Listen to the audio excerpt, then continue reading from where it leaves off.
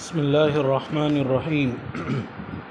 قریش کی طرف سے مفاہمت کا فارمولہ اور آپ صلی اللہ علیہ وسلم کا بے مثال جواب۔ قریش نے جب دیکھا کہ حضرت حمزہ رضی اللہ تعالی عنہ بھی اسلام لے آئے ہیں اور دن بدن مسلمانوں کی تعداد بڑھتی جا رہی ہے، تو ابو جہل، عتبہ، شیبہ، ولید ابن مغیرہ، امیہ ابن خلف، اسود ابن مطلب اور دوسرے قریش کے سردار کعبہ کے صحن میں فکر و غم میں ڈوبے ہوئے بیٹھے۔ بیت اللہ کے سائے میں دوسری طرف آپ صلی اللہ علیہ وسلم تنے تنہا تشریف فرما تھے۔ مشرکین سب و شتم، گالی گلوچ، زجر و تنبیہ، لعن و طعن، ایذا اور تکلیف پہنچانے کے تمام حربے آزما چکے تھے اور کوئی وار کارگر نہیں ہوا۔ اب ان کے ترکش میں صرف ایک ہی تیر بچا ہے، تحریص، ترغیب، لالچ، سودے بازی اور پیشکش کا تیر۔ ابو الولید عتبہ ابن ربیعہ اپنے ساتھیوں کے مشورے سے منتخب ہو کر، امیر منتخب ہو کر، نمائندہ منتخب ہو کر آپ صلی اللہ علیہ وسلم کے پاس آتا ہے، جو جادو، کہانت اور شعر کہنے میں اپنے زمانے کا یکتا تھا۔ عتبہ آپ کے پاس آ کر بڑی محبت سے کہتا ہے کہ آپ اعلیٰ حسب و نسب والے ہیں اور لائق اور فائق ہیں، اس میں کوئی تردد نہیں، مگر آپ نے یہ قوم میں جو تفرقہ ڈال دیا ہے، ہمارے بتوں کو برا بھلا کہتے ہیں اور ہمارے آبا و اجداد کو بیوقوف اور نادان بتلاتے ہیں، اس لیے میں کچھ کہنا چاہتا ہوں کہ آپ کا مقصد کیا ہے۔ نمبر 1، اگر تم مال و دولت کے خواہش مند ہو تو ہم سب تمہارے لیے اتنا مال جمع کرنے کے لیے تیار ہیں کہ بڑے سے بڑا مالدار بھی تمہاری برابری نہ کر سکے۔ نمبر 2، اگر تم کسی عورت سے شادی کے خواہش مند ہو تو جس عورت سے اور جتنی عورتوں سے چاہو ہم شادی کرا دیں گے۔ نمبر 3، اگر آپ عزت اور سرداری آپ کو مطلوب ہے تو ہم آپ کو اپنا سردار بنانے کے لیے تیار ہیں۔ نمبر 4، اگر حکومت اور ریاست چاہتے ہیں تو ہم تم کو اپنا بادشاہ بنانے کے لیے تیار ہیں۔ نمبر 5، اگر تم کو آسیب کا مرض ہے تو ہم تمہارا علاج کرانے کے لیے بھی تیار ہیں۔ آپ صلی اللہ علیہ وسلم نے ارشاد فرمایا، اے ابو الولید، تم کو جو کچھ کہنا تھا وہ کہہ چکے۔ عتبہ نے کہا، ہاں۔ آپ صلی اللہ علیہ وسلم نے اس کے سامنے سورہ حامیم سجدہ کی تلاوت شروع کی۔ 38 آیتیں آپ نے پڑھ کر سنائیں۔ عتبہ ہماتن گوش ہو کر دونوں ہاتھ زمین پر ٹیکے حیرانی کے ساتھ سنتا رہا۔ جب آپ صلی اللہ علیہ وسلم اس آیت پر پہنچے، فَإِنْ أَعْرَضُوا فَقُلْ أَنذَرْتُكُمْ صَاعِقَةً مِثْلَ صَاعِقَةِ عَادٍ وَثَمُودَ، تو عتبہ نے اپنا ہاتھ آپ کے منہ پر رکھ دیا اور آپ کو واسطہ دیا کہ آپ خاموش ہو جائیں، اللہ کے واسطے رحم کریں۔ دراصل عتبہ کو ڈر ہوا کہ کہیں قوم سمود اور عاد کی طرح اسی وقت مجھ پر کوئی عذاب نازل نہ ہو جائے۔ اس کے بعد آپ صلی اللہ علیہ وسلم نے سجدے تک آیت تلاوت فرمائی اور سجدہ تلاوت فرمایا۔ جب تلاوت ختم فرما چکے تو عتبہ سے مخاطب ہو کر فرمایا، اے ابو الولید، جو کچھ سننا تھا تم وہ سن چکے ہو، اب تم کو اختیار ہے۔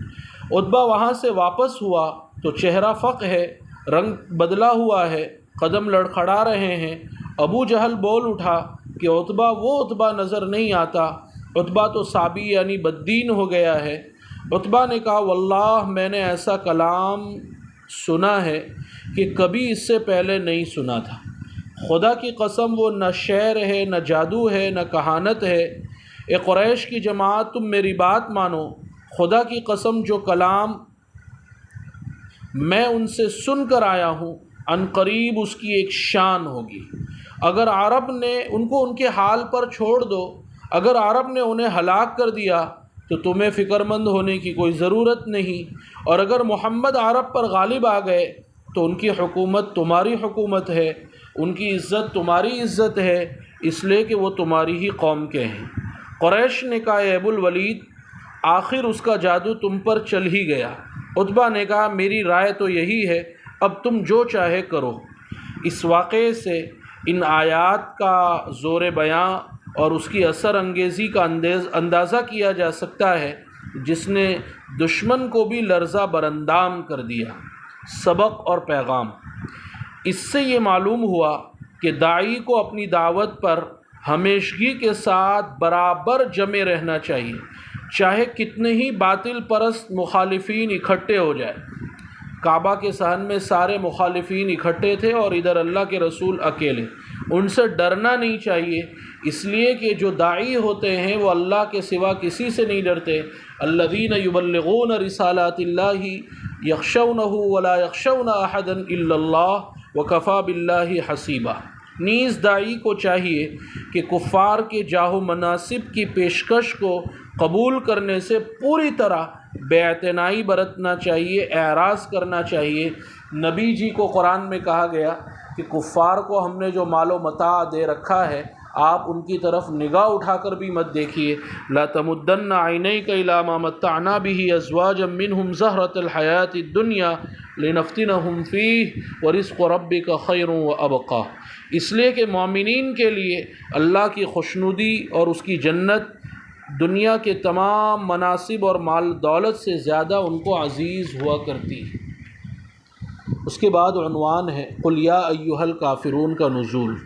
ابن عباس سے مروی ہے کہ قریش نے آپ صلی اللہ علیہ وسلم سے یہ درخواست کی کہ یا تو آپ ہمارے بتوں کی مذمت اور برائی بیان کرنے سے باز آ جائیں، اور اگر یہ ممکن نہ ہو تو ہمارے اور آپ کے درمیان فیصلے کی ایک صورت یہ ہے کہ 1 سال آپ ہمارے بتوں کی پوجا کیجئے اور 1 سال ہم آپ کے خدا کی عبادت اور بندگی کریں گے۔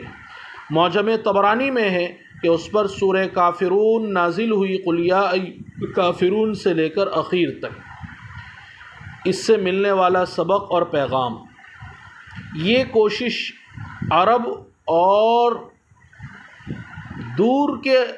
اس دور کے عرب کے ساتھ محدود نہیں تھی، بلکہ بارہا یہ کوششیں ہو چکی ہیں اور اب بھی جاری ہیں کہ کفر و اسلام، شرک و توحید کو ملا کر ایک کر دیا جائے۔ اکبر کا دین الہی ہندوستان میں اسی کوشش کا ایک نمونہ تھا، اور عین اس وقت تو یہ کوشش کہیں زیادہ زور و قوت اور اثر کے ساتھ جاری ہے۔ آج کل عموماً اہل باطل اس قسم کی باتوں سے اہل حق کو رجانے کی کوشش کرتے ہیں کہ وہ اپنے مسلک اور مذہب کی خصوصیات، آئیڈینٹی، شناخت کو چھوڑ دیں، اور اس کا مقصد یہ ہوتا ہے کہ حق کی حقانیت ختم ہو جائے اور باطل کی تردید نہ ہو۔ تو یہ خطرناک دھوکہ ہے جس سے اہل حق کو ہمیشہ چوکنا رہنے کی ضرورت ہے۔ اس سے یہ بھی معلوم ہوا کہ اہل حق کو چاہیے کہ وہ اپنے بارے میں اہل باطل کو مایوس کر دیں کہ ہم ان کی خواہش اور پیشکش سے کبھی بھی اپنی کسی دینی بات میں ترمیم کرنے کے لیے، تبدیلی کرنے کے لیے تیار نہیں ہیں۔ اس لیے ہر صاحب ایمان کو اس طرح استقامت اور پختگی کے ساتھ ایمان پر قائم رہنا چاہیے، اور اس پختگی اور استقامت کا ایسی ہی قوت کے ساتھ اعلان کرنا چاہیے کہ اہل باطل اس کی طرف سے بالکل مایوس ہو جائیں۔ یہ صورت اور یہ سیرت کا یہ واقعہ اعلان کر رہا ہے کہ دین اسلام اور ملت شرک کے درمیان کوئی صورت ممکن ہی نہیں ہے، درمیان کی کوئی صورت ممکن ہی نہیں، دونوں کی راہیں بالکل الگ الگ ہیں۔ کفر و اسلام کے درمیان، شرک اور توحید کے درمیان کوئی نقطہ اشتراک، کامن پوائنٹ ہے ہی نہیں۔ بعض لوگوں نے عجیب خوش فہمی سے کام لے کر لکم دینکم ولی دین کو اسلام کی رواداری اور مرنجا مرنج پالیسی کے ثبوت میں پیش کیا ہے کہ اسلام نے ہر مذہب والے کو اپنی جگہ قائم اور باقی رہنے کی اجازت دی، حالانکہ واقعہ برعکس ہے۔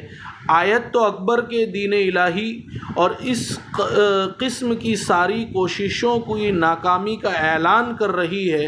چنانچہ حضرت تھانوی نور اللہ مرقدہ فرماتے ہیں، اس صورت میں اہل ضلالت یعنی گمراہ لوگوں سے براءت کا اظہار اور ان سے جدائیگی ضروری ہے۔ اسی کا دوسرا نام بغض فی اللہ ہے۔ خلاصہ یہ کہ کافروں نے جو پیشکش کی تھی یہ بالکل ناقابل قبول بات، جیسے ایک چیز بیک وقت سیاہ اور سفید نہیں ہو سکتی، جیسے روشنی اور تاریکی کا جمع ہونا ممکن نہیں، اسی طرح یہ بھی ممکن نہیں ہے کہ ایک شخص بیک وقت توحید کا قائل ہو اور شرک کا مرتکب بھی۔ البتہ قرآن مجید نے ایک ایسے سماج کے لیے جس میں مختلف مذاہب کے ماننے والے لوگ ہوں، صلح کا ایک دوسرا فارمولہ پیش کیا ہے کہ جو گروہ توحید پر یقین رکھتا ہو وہ ایک اللہ کی عبادت کیا کرے، اور جو شرک پر قائم ہو مسلمانوں کا کام یہ ہے کہ وہ اس میں زور زبردستی نہ کریں، ان کو ان کے مذہب پر عمل کرنے دیں۔ زندگی کے دوسرے مسائل میں بھی مسلمان اپنے دین یعنی اپنے مذہبی طور طریق پر ہی عمل کریں اور دوسرے مذہب کے لوگ اپنے طور طریق پر عمل کریں۔ چنانچہ مسلمانوں نے ہمیشہ اپنا طریقہ کار یہی رکھا ہے۔ رسول اللہ صلی اللہ علیہ وسلم جب مدینہ تشریف لے گئے تو انہی اصولوں پر آپ نے مسلمان اور یہودی قبائل کے درمیان معاہدہ کرایا اور ایگریمنٹ سائن کیا۔ فقہا نے بھی مسلمان ملک میں بسنے والی غیر مسلم اقلیتوں اور مائنورٹیز کے لیے اسی اصول کو اختیار کیا ہے کہ ان کو اپنے مذہب پر عمل کرنے کی آزادی ہوگی، اور جس ملک میں بہت سارے ادیان و مذاہب کے لوگ رہتے ہوں جس سماج میں، اس کے لیے اس سے زیادہ مناسب کوئی صورت ہو ہی نہیں سکتی۔ آج کل مغربی مفکرین اس اصول کو مغرب کی دین قرار دیتے ہیں، مگر یہ غلط ہے۔ جس وقت دنیا میں عیسائی قومیں یہودیوں پر ظلم و ستم کے پہاڑ ڈھا رہی تھی، اور جب خود عیسائی فرقوں میں ان لوگوں کو زندہ جلانے کی سزا دی جا رہی تھی جو حضرت عیسیٰ کو خدا کا بیٹا ماننے کو تیار نہیں تھے، اس وقت اسلام نے مذہبی رواداری کا یہ تصور پیش کیا۔ اس سے جہاں ایک طرف مذہبی رواداری کی تعلیم ملتی ہے کہ مسلمان دوسروں کے مذہبی معاملات میں خواہ مخواہ دخل اندازی نہ کریں، وہاں ایک دوسری اہم تعلیم یہ بھی ملتی ہے کہ رواداری کا مطلب یہ ہرگز نہیں کہ اپنی شناخت اور آئیڈینٹی کھو دیں اور دوسروں کے رنگ میں رنگ جائے، اور اپنی دینی شناخت پر قائم رہتے ہوئے دوسرے اہل مذاہب کے معاملے میں چھیڑ خانی سے بچنا یہ رواداری۔ افسوس کہ آج کل بہت سے مسلمان رواداری کے نام پر غیر اسلامی شاعر کو اختیار کرنے لگتے ہیں۔ وہ لوگوں کو تو دھوکہ دے سکتے ہیں، اللہ کو دھوکہ نہیں دے سکتے۔ چنانچہ اس سے ان مسلمانوں کی تردید ہو جاتی ہے جو کفار کے میلوں ٹھیلوں اور مذہبی تہواروں میں شریک ہوتے ہیں اور ان کو اپنی عید اور بقرعید کے موقع پر شریک کرتے ہیں۔ یاد رکھیے، ان کے مذہبی میلوں ٹھیلوں اور مذہبی تہواروں میں شرکت کرنا بالکل درست نہیں ہے۔ خلاصہ یہ نکلا کہ غیر مسلموں سے کوئی ایسی مصالحت مفاہمت جائز نہیں جس میں ان کے دین کے شعائر کو اختیار کرنا پڑے، البتہ اپنے دین پر قائم رہتے ہوئے ان سے معاہدہ اور ایگریمنٹ کیا جا سکتا ہے۔ اس کے بعد عنوان ہے مشرکین مکہ کے چند بیکار اور بیہودہ سوالات۔ اس کے بعد قریش نے آپ صلی اللہ علیہ وسلم سے یہ کہا کہ خیر اگر آپ کو یہ منظور نہیں تو ہم ایک اور چیز فارمولہ آپ کے سامنے پیش کرتے ہیں، اس کو منظور کر لیجیے۔ وہ یہ کہ آپ کو معلوم ہے کہ آپ کی قوم انتہائی تنگ دست ہے اور یہ شہر مکہ بھی بہت تنگ ہے، ہر طرف پہاڑ ہی پہاڑ ہیں، سبزی اور شادابی کا کہیں نام و نشان نہیں، لہذا آپ اپنے رب سے جس نے آپ کو پیغمبر بنا کر بھیجا ہے ان سے یہ درخواست کیجئے کہ اس شہر کے پہاڑوں کو یہاں سے ہٹا دے تاکہ شہر میں کشادگی پیدا ہو جائے، اور شام و عراق کی طرح اس شہر میں بھی نہریں جاری کر دے، اور ہمارے آبا و اجداد خاص طور پر قصی ابن کلاب کو زندہ فرمائیے تاکہ ہم ان سے آپ کے متعلق دریافت کریں کہ تم جو کچھ کہتے ہو وہ حق ہے یا باطل۔ اگر انہوں نے زندہ ہو کر تمہاری تصدیق کر دی تو ہم سمجھ لیں گے کہ تم اللہ کے رسول ہو اور ہم بھی تمہاری تصدیق کریں گے۔ آپ صلی اللہ علیہ وسلم نے ارشاد فرمایا، میں اس لیے نہیں بھیجا گیا ہوں، خدا نے جو پیغام دے کر بھیجا تھا وہ میں تم تک پہنچا چکا، اگر تم اس کو قبول کرو تو یہ تمہاری خوش نصیبی ہے، اور اگر نہ مانو تو میں صبر کروں گا یہاں تک کہ اللہ میرے اور تمہارے درمیان فیصلہ کر دے۔ قریش نے کہا، اچھا اگر آپ ہمارے لیے ایسا نہیں کر سکتے تو آپ خدا سے اپنے ہی لیے دعا کیجئے کہ اللہ آسمان سے ایک فرشتہ نازل فرمائے اور آپ کی تصدیق کے لیے وہ ہر جگہ آپ کے ساتھ رہے۔ نیز اللہ سے یہ بھی درخواست کیجئے کہ وہ آپ کو باغات اور محلات اور سونے چاندی کے خزانے عطا فرمائے جس سے آپ کا اسٹیٹس، شرف، فضیلت معلوم ہو۔ ہم دیکھتے ہیں کہ آپ بھی ہماری طرح طلب معاش کے لیے بازاروں میں جاتے پھرتے ہیں۔ آپ صلی اللہ علیہ وسلم نے فرمایا، میں خدا سے کبھی اس قسم کا سوال نہیں کروں گا، میں اس لیے نہیں بھیجا گیا، میں تو بشیر و نذیر، ڈرانے والا اور خوشخبری سنانے والا بنا کر بھیجا گیا ہوں۔ اگر تم مانو تمہارے لیے دنیا اور آخرت کی سعادت ہے، اور اگر نہ مانو تو میں صبر کروں گا یہاں تک کہ اللہ میرے اور تمہارے درمیان فیصلہ کر دے۔ قریش نے کہا، اچھا اللہ سے یہ دعا مانگو کہ ہم پر کوئی عذاب نازل فرمائے۔ آپ نے فرمایا، اللہ کو اختیار ہے کہ تم پر عذاب نازل فرمائے یا مہلت دے۔ اس پر عبداللہ ابن ابی امیہ جو ام سلمہ رضی اللہ تعالی عنہا کا بھائی تھا وہ کھڑا ہو گیا اور کہنے لگا، اے محمد، آپ کی قوم نے اتنی باتیں آپ کے سامنے پیش کی مگر آپ نے ایک بات بھی منظور نہیں کی۔ اے محمد، خدا کی قسم اگر تم سیڑھی لگا کر آسمان پر بھی چڑھ جاؤ اور وہاں سے تم اپنی نبوت اور رسالت کا پروانہ لکھوا کر لاؤ اور 4 فرشتے بھی تمہارے ساتھ آئیں اور تمہاری نبوت کی علی الاعلان گواہی دیں، تب بھی میں تمہاری تصدیق نہیں کروں گا۔ آپ صلی اللہ علیہ وسلم مایوس ہو کر گھر تشریف لے گئے اور پھر وہ آیات نازل ہوئی، وَقَالُوا لَن نُؤْمِنَ لَكَ حَتَّى تَفْجُرَ لَنَا مِنَ الْأَرْضِ سے لے کر 15ویں پارے میں سورہ بنی اسرائیل میں رکوع کے ختم تک۔ حالانکہ بعد میں یہی عبداللہ ابن ابی امیہ فتح مکہ کے وقت مشرف باسلام ہوا۔ سبق اور پیغام: یہ جو کفار مکہ نے بیکار اور بیہودہ قسم کے سوالات کیے تھے، ایسے سوالات کے جواب میں انسان کو فطرتاً غصہ آ ہی جاتا ہے اور آدمی جواب بھی اسی انداز کا دیتا ہے، مگر ان کے بیہودہ اور بیکار سوالات کو جو جواب حضور صلی اللہ علیہ وسلم نے نہایت متانت اور سنجیدگی سے دیا، وہ قابل نظر، قابل غور و فکر اور امت کے مصلحین اور داعیوں کے لیے ہمیشہ یاد رکھنے اور لائحہ عمل بنانے کی چیز ہے کہ ان سب کے جواب میں نہ آپ صلی اللہ علیہ وسلم نے ان کی بے وقوفی کا اظہار کیا کہ تم پاگل ہو، اور نہ ان کی معاندانہ شرارت کا کہ تم لوگ ایمان لانا نہیں چاہتے بل صرف شرارت کر رہے ہو، اور نہ ان پر کوئی فقرہ کسا گیا، ٹونٹ کیا گیا، طعن کیا گیا، بلکہ نہایت سادہ الفاظ میں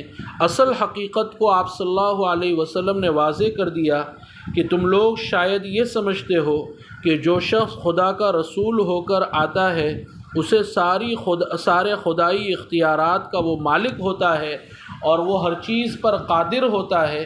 یہ خیال بالکل غلط۔ رسول کا کام صرف پیغام پہنچانا ہے۔ اللہ ان کی رسالت کو ثابت کرنے کے لیے بہت سے معجزات بھی دیتے ہیں، مگر وہ سب کچھ محض اللہ کی قدرت اور اختیار سے ہوتا ہے۔ وما رمیت اذ رمیت ولکن اللہ رمی۔ رسول کے پاس خدائی اختیارات نہیں ہوتے، چہ جائے کہ اولیاؤں کے پاس اور جو بزرگان دین قبروں میں مدفون ہیں۔ وہ رسول تو ایک انسان ہوتا ہے، رسول کو خدائی اختیارات نہیں ملتے۔ قل انما انا بشر مثلکم، وہ ایک انسان ہوتا ہے اور انسانی قوت اور قدرت سے باہر نہیں ہوتا، نہ اس کی شایان شان ہے کہ وہ اپنے رب سے ایسی بے ضرورت فرمائشیں کریں، اس کا کام تو یہ ہے کہ جو ادھر سے کہا جائے وہ اس کو پہنچا دے، اور اپنے ہر کام کو خدائے واحد کے سپرد کر دے۔ اللہ تعالی ہمیں اس سے عبرت پکڑنے کی توفیق عطا فرمائیں کہ مخالفین کی باتوں سے، بیہودہ سوالات سے جھنجھلانا نہیں چاہیے اور بے تکا جواب نہیں دینا چاہیے، بلکہ نہایت سنجیدگی اور متانت کے ساتھ جواب دینا چاہیے۔ یہی انبیاء کا طریقہ رہا ہے۔ اللہ تعالیٰ طعن مارنے سے، ٹونٹ کرنے سے اللہ ہم سب کی حفاظت فرمائے۔ یا رب صلی وسلم دائما ابدا علی حبیبک خیر الخلق کلہم۔ سبحان اللہ بحمدہ، سبحانک اللہم وبحمدک، ونشہد ان